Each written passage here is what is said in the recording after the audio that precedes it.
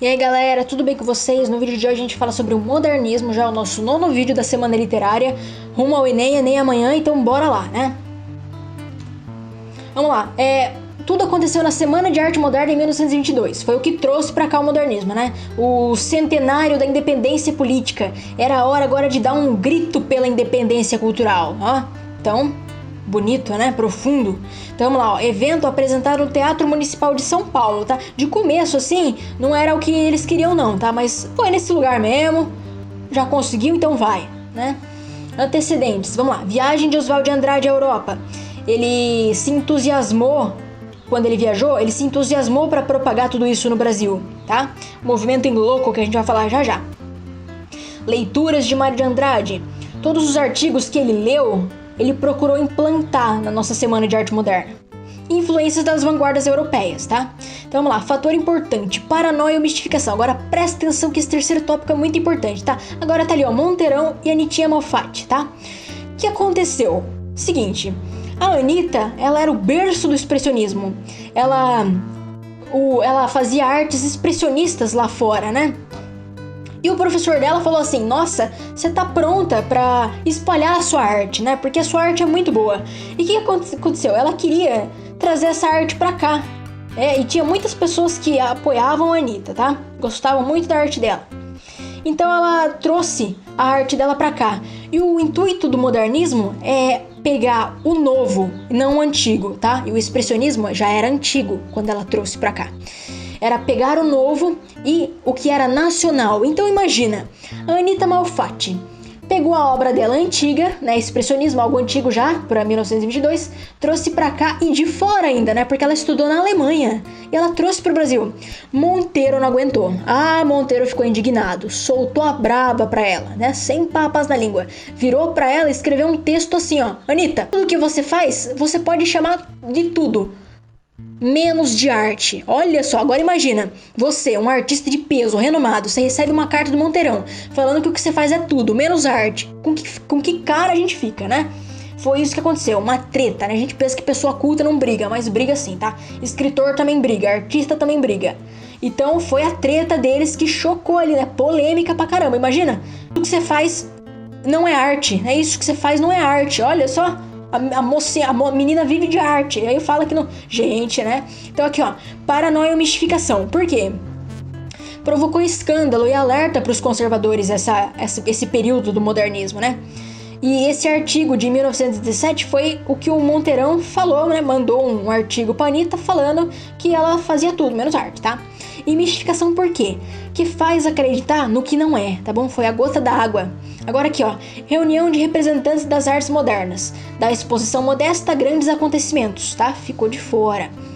Apoios importantes, Graça Aranha, né? Era alguém de credibilidade, era alguém experiente, então tinha que colocar o Graça Aranha ali. E o Paulo Prado, ele era rico, ele tinha um gosto arrojado, então ele foi quem apoiou financeiramente tudo aquilo. E o Les Infantes Terribles, né? Que foi os jovens revolucionários. Comemoração do centenário da independência política, a busca pela independência cultural e uma ruptura radical com o passado, né? Eles queriam qualquer coisa, menos o que já tinha feito.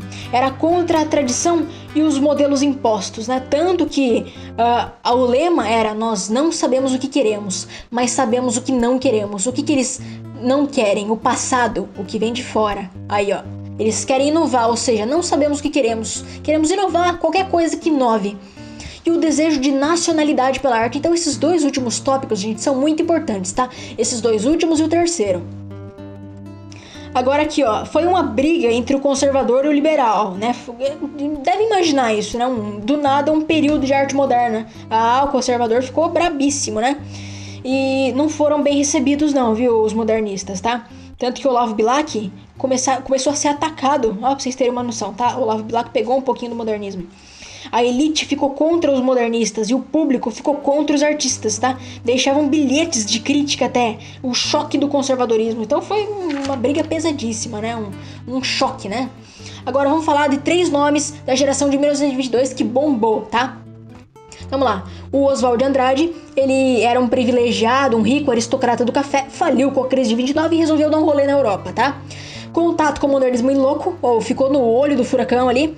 Forte influência das vanguardas europeias, linguagem repleta de neologismo. O que é neologismo? Criação de palavras, tá? Novas palavras, traços dificultados. Opção pelo micropoema, o poema curto, né? Com capítulos curtos. Pra vocês terem uma noção, tinha de 5 a 6 palavras por capítulo. E por que ele fazia isso? Porque era uma herança do futurismo. As características do futurismo, gente, é a velocidade e o progresso. Por isso, de 5 a 6 palavras. Para mostrar velocidade, para mostrar que ele tava rápido ali no negócio, né? O negócio tava fluindo com velocidade, com rapidez. Humor, sátira e paranoia. Ele era um menino muito debochado, tá? Comicidade, crítica, ele é aquele tipo de pessoa que prefere perder a amizade do que perder a piada, tá? Ele tem uma visão crítica do nosso processo de formação. Ele tem também um manifesto antropofágico. Tá vendo ali que tem até uma obra do Abapuru, da Tarsila do Amaral? Então, o que foi o manifesto antropofágico? Foi um livro dele, uma proposta para a arte brasileira, a expressão nacional, mas não impede que misture com coisas que vêm de fora. Como assim? Ó, vou explicar. Primeiramente, antropofágico, lembra? Come carne humana, lembra que a gente fez essa referência? O canibalismo, a questão do canibalismo. Então, é como se, um exemplo melhor, até mais didático. A gente vai assar um bolo. A assadeira, vem de fora, ela é a vanguarda europeia da época, tá? E os ingredientes para fazer esse bolo são brasileiros. Coloca, mistura tudo, coloca na assadeira, esquenta e fica aquele bolo pronto, bonito, maravilhoso. Ou seja, misturou a arte estrangeira, a vanguarda europeia, com a arte brasileira. E acabou resultando em algo mais perfeito ainda, né? O bolo pronto. É isso que ele queria dizer, antropofágico. Devora o que vem de fora e assimila aquilo com a cultura original. Então é a mistura, tá bom? Aí presta atenção nesse tópico que a gente vai ver uma pergunta sobre isso já, tá bom?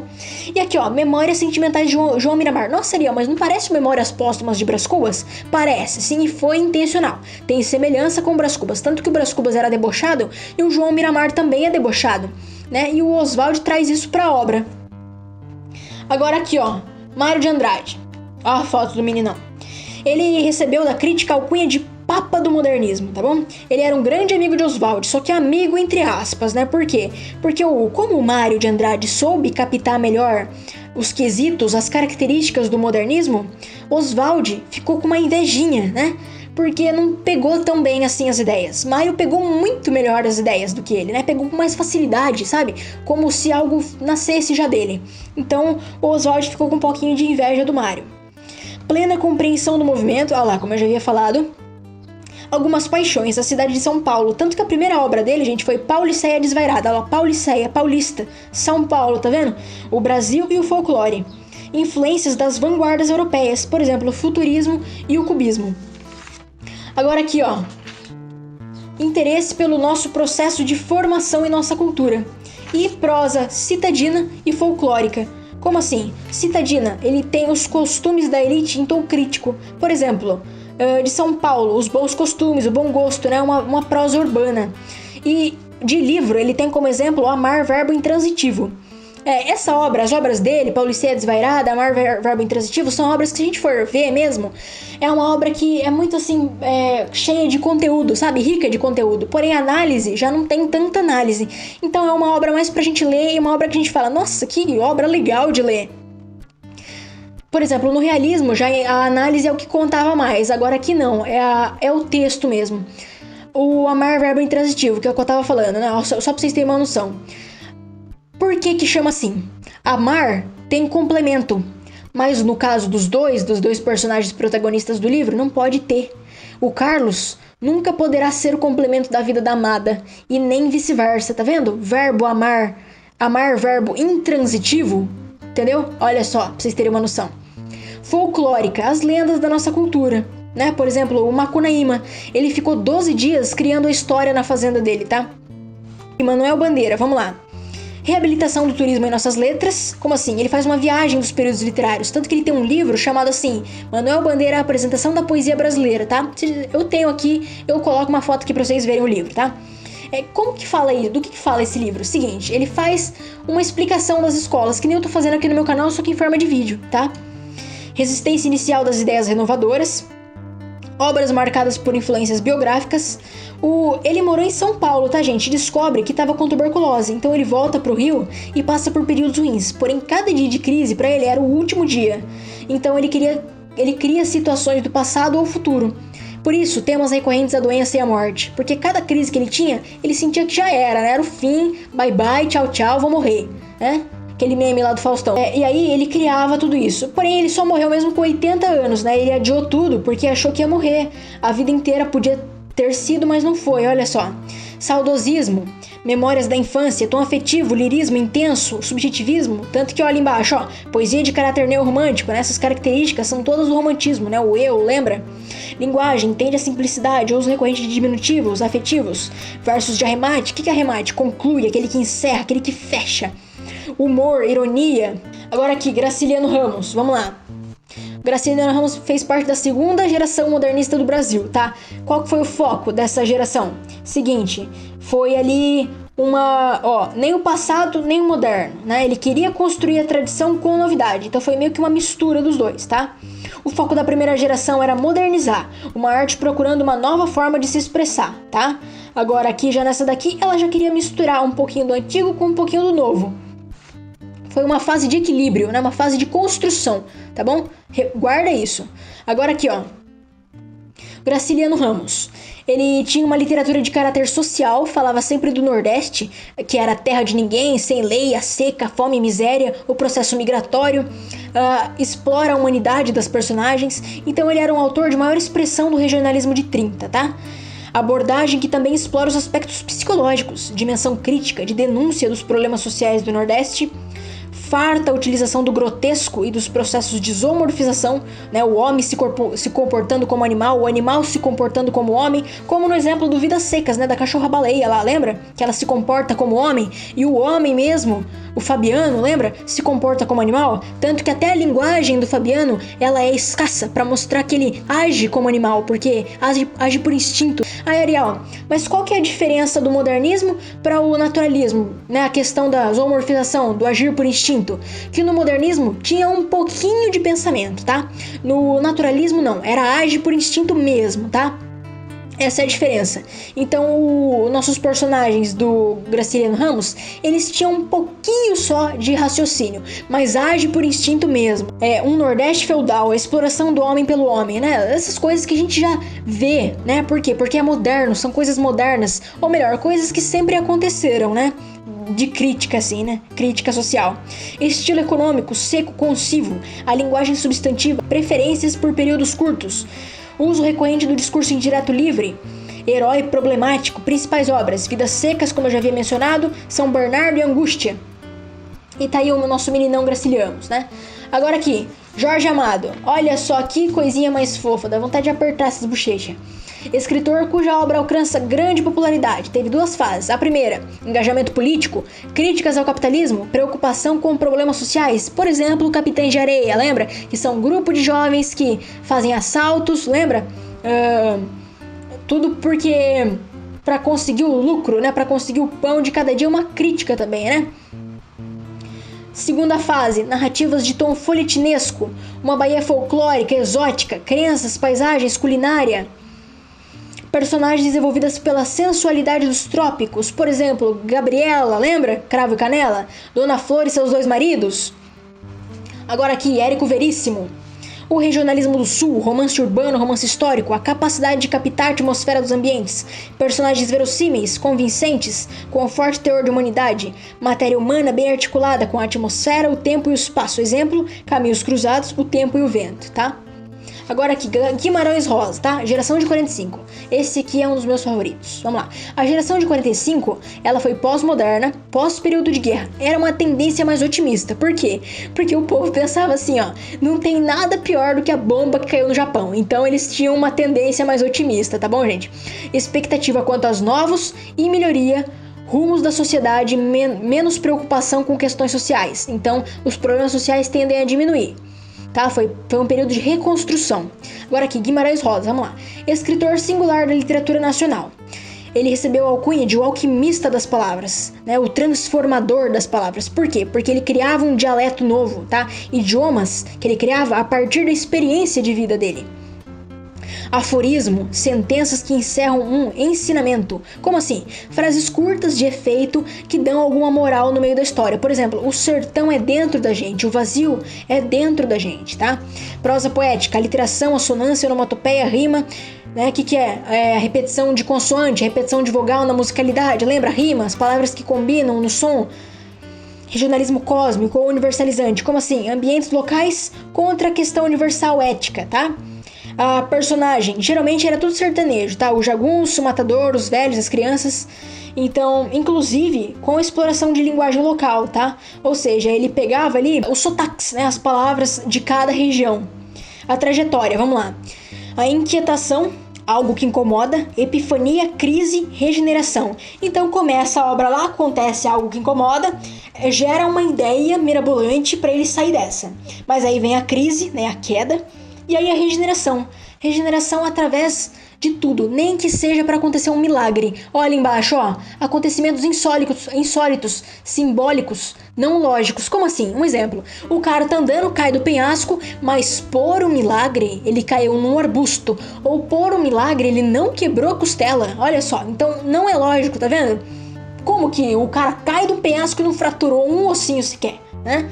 Então aqui, ó, universo místico, tá vendo? Maniqueísta, Deus, diabo. Vamos lá.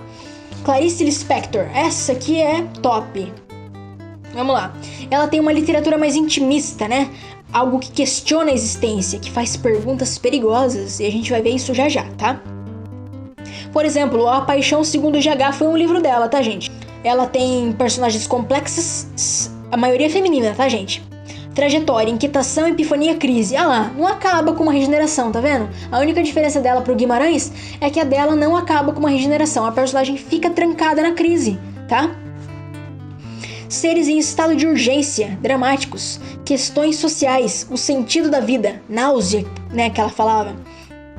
O intenso lirismo, a confissão, né, a prosa poética, por pessoa, de tom subjetivo, figura de linguagem. Agora aqui, ó, expressão pessoal que resulta no fluxo de consciência. Não tem uma ordem definida, né? Tem que ter equilíbrio para ir, né? A hora perigosa que ela falava, né? Prestes a se defrontar consigo mesmo. Uso recorrente do discurso indireto livre como se fosse assim, ó. Tudo que vem ao pensamento dela, sem ordem. Então, vai julgando ali, sabe? Vai falando. Tudo que vier, ela joga ali. Agora aqui, ó. Arcaísmo. O que é um arcaísmo? Palavras muito antigas, tá? E o neologismo, o que é? Palavras novas, né? Ela cria palavras. Processo de prefixação e sufixação. Como assim, ó? O radical mais o prefixo. Infeliz vira desfeliz, tá vendo? Derivação imprópria. Como assim? A palavra com o artigo, o substantivo, ó. Mas vira o mas. Agora aqui, ó, diminutivos e aumentativos. Manuelzão e Miguelinho, por exemplo. Ambiente regional com questão do mundo todo, ética, né? O Nordeste, por exemplo. A epifania, o que é epifania? É a descoberta, a revelação, algo que incomoda. Ela não esperava e acaba descobrindo, revelando e volta à crise, né? Descobre que é infeliz. Vivemos de um jeito, não como queremos. Tem uma expectativa social em todos nós, né? A responsabilidade em ser como a sociedade quer, tá vendo? Então a menina é braba, a menina é cabulosa. Agora aqui, ó, Carlos Drummond de Andrade. Esse meninão aqui foi um verdadeiro dicotômico de opiniões. Muitos gostam, muitos odeiam, né? Não tem meio termo para esse menino. Vamos lá, então. Presença do cotidiano provinciano do interior do Brasil. Ele nasceu no interior, então ele mostra o dia a dia dos lugares pequenos, né? A fofoca, conhecer todo mundo, aquela coisa monótona, repetitiva, os velhos costumes. Referência à família. Ele fala assim, né? A família que me dei. Menciona a figura paterna, né? Aquele pai conservador, rigoroso, que ele tanto ama, teme e admira. Humor, né? Humor e ironia. Vamos lá. Foi uma herança do modernismo de 22. Então, o Carlos Drummond de Andrade, ele foi para Minas e foi um grande divulgador do modernismo, né? Os escritores procuraram ele e pedem que ele divulgue essas ideias do movimento em prol da arte moderna. Olha que interessante. Então, ele foi um simpatizante e praticante. Então vamos lá, ó. Convivência do prosaísmo com versos metrificados, versos comportados, né? Versos com métrica, que acaba virando uma prosa até. E não tem aquele ritmo, né? Aquela cadência, aquela melodia, é a própria rima ali. Temática social do combate ao nazismo, ao fascismo e ao capitalismo. Ele foi um poeta combatível, vamos colocar assim, né? Observador de seu tempo, atento com os acontecimentos históricos à sua volta. Então ele tem um discurso falando da supervalorização do consumo, do homem subjugando outro homem, uma crítica ácida que ele faz, né? Fusão permanente entre o social e o existencial. Como assim? Aquilo que acontece à sua volta determina as ideias que vão construir sua identidade. Poemas de amor sem idealização, né? Quase nunca fala de amor. Quando fala, usa de um jeito irônico, né? A mulher amada, ele compara com uma meretriz, né? Vamos colocar assim. Mas ele entende, gente, que nós somos criaturas que nascemos para amar, tá? Ele sabe que está na nossa atmosfera, na nossa natureza amar. Como também nós devemos compreender o amor como um sentimento que não pode estar voltado só pro belo, né? Ele fala assim que é fácil amar o belo. O difícil, né, é o amor verdadeiro, capaz de amar até o feio, né? E a metalinguagem, tanto que ele tem uma frase assim, ó: lutar com palavras é a luta mais vã. Entretanto, lutamos, mal rompe amanhã. Olha só, o lutador, como assim? Ele fala da dificuldade de fazer a poesia, como é escolher a palavra perfeita, acertar na escolha, a melhor palavra que vai dizer o que ele sente naquele momento, né? A metalinguagem, ele fala na poesia como é difícil escolher a palavra para criar a poesia, entendeu? Agora aqui, ó, tentativa de compreensão do sentido da existência, questões mais profundas, densas, difíceis, né? E a condição de gauche, como assim? Gauche vem do francês torto, errado. Gauche é a condição do Drummond, um homem simples do interior de Minas, de família tradicional, de ter se transformado contra todas as previsões em um homem ilustre, importante, um poeta exemplo de qualidade. Então o gauchismo é esse sentimento de identidade, de identificar um sujeito muito simples ocupando uma condição privilegiada, olha só. E os temas que ele abordava, vamos lá. Poesias amorosas, poesias do cotidiano, como assim, as banalidades, né? Eita vida besta, meu Deus, ele até fala assim, né? Mesmices, né? A poesia memorialista retoma lembranças do passado, a família, pessoas que perdeu. Agora aqui, a própria poesia, metalinguagem, como eu já falei, né? Lutar com palavras é a luta mais vã, entretanto, lutamos, mal rompe amanhã. Poesia de questionamento existencial, quais fatores contribuíram para que ele se transformasse no que ele é agora e no que ele vai ser, né? No que a gente seria. Poesia social, linha de frente prestigiada ali, ela ganha expressão em 45, né? E o livro dele, que o maior livro, vamos colocar assim, foi Qualidade e Quantidade, que ele criou durante o período da Segunda Guerra, em 45, tá, gente? Então, como que a gente define o Carlos Drummond de Andrade? Por que ele é um verdadeiro dicotômico de opiniões, né? Porque, olha, as obras dele têm uma grande interpretação. E quando você tenta e consegue interpretar, que leva tempo, né, para interpretar, porque é muito detalhe, muita perfeição ali, você fala assim, nossa, valeu a pena o tempo que eu investi nessa interpretação. Porém, quem lê, não tenta interpretar e já desiste, não gosta do Carlos Drummond de Andrade. Por isso ele é um verdadeiro dicotômico de opiniões. Muitos gostam e muitos odeiam, tá? Não tem meio termo. Por quê? Porque ou entendeu ou não entendeu, tá? Aqui um mapa mental do modernismo, quem quiser tirar print para ler depois, né? E agora vamos para as questõezinhas. Aqui, ó. Após estudar na Europa, Anita Malfatti, ia lá a treta, hein? Retornou ao Brasil com uma mostra que abalou a cultura nacional no início do século XX. Elogiada por seus mestres na Europa, Anita se considerava pronta para mostrar seu trabalho no Brasil, mas enfrentou as duras críticas do Monteirão. Com a intenção de criar uma arte que valorizasse a cultura brasileira, Anita e outros modernistas, vamos lá, buscaram libertar a arte brasileira das normas acadêmicas europeias, valorizando as cores, a originalidade e os temas nacionais. Sim, gente, pegamos aqui, olha só. Por quê? Porque a arte moderna da primeira geração lá, lembra? Criou ali uma cultura de valorização do que era ser brasileiro, tá?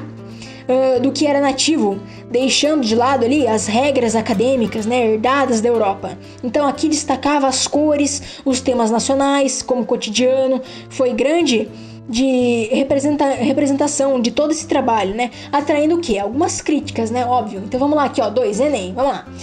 Ó, obra ali da Tarsila do Amaral. Lembra que se tem uma obra, tem que analisar a obra. Então vamos ver essa obra, né? Então, ó, primeiro o que a gente já pode reparar? Tudo ali é em forma geométrica, né, ó. O que a gente lembra com isso? Eu pelo menos lembro da vanguarda europeia lá, né, o cubismo, lembra? Eu lembro disso. Aí, ó, é uma coisa bem geométrica, né? Um círculo, um quadrado, né? Não é natural como a gente vê, né? É uma coisa bem assim, articulada, bem geométrica. Então, vamos lá. O modernismo brasileiro teve forte influência das vanguardas europeias. Olha lá. A partir da Semana de Arte Moderna, esses conceitos passaram a fazer parte da arte brasileira definitivamente.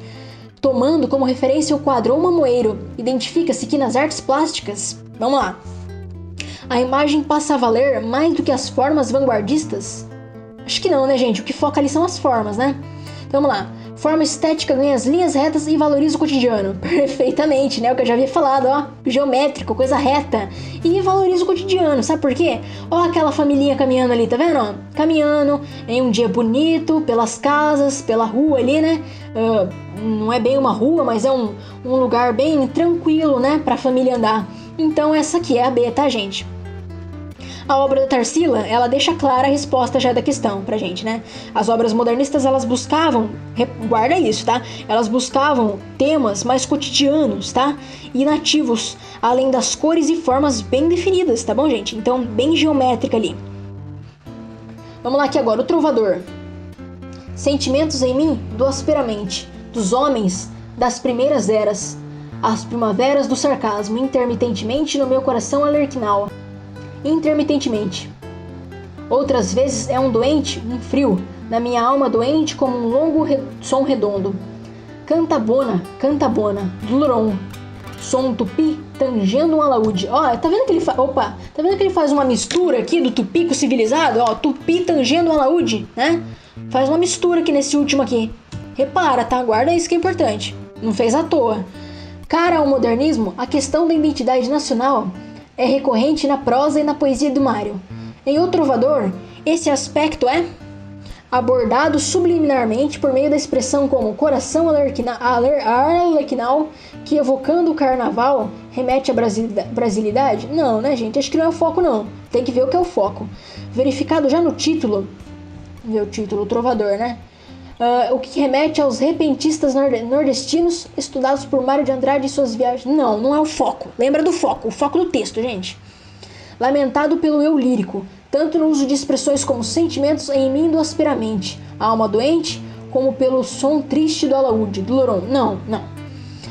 Problematizado na oposição. Opa, ó, peraí, né? Já é o que a gente analisou, ó. Tupi selvagem, alaúde civilizado. Até aqui foi. Apontando a síntese nacional que seria a proposta do Manifesto Antropofágico de Oswald de Andrade. Sim, gente, sim. Lembra do Manifesto Antropofágico? Que ele tinha o objetivo de misturar o externo do que é daqui? Então, aqui também foi o objetivo misturar o selvagem com o civilizado, né? O tupi com a alaúde. Tanto que ele fala assim, ó, eu sou um tupi tangendo um alaúde, tá vendo? Ele é a mistura do tupi com o alaúde, com o civilizado, entendeu? Então é a mistura, então aqui tá certo, ó. Ele faz essa referência ao civilizado e ao tupi com a intenção da proposta do Manifesto Antropofágico. Por quê? Porque o manifesto foi a mistura, lembra? Então guarda isso, tá? Essa aqui é muito importante, é a letra D, tá, gente? Então esse foi o vídeo do modernismo. Eu espero que vocês tenham gostado, porque o modernismo é muito interessante, tá? Então deixa o like, se inscreva no canal e compartilhe o vídeo. #RumoAoEnem.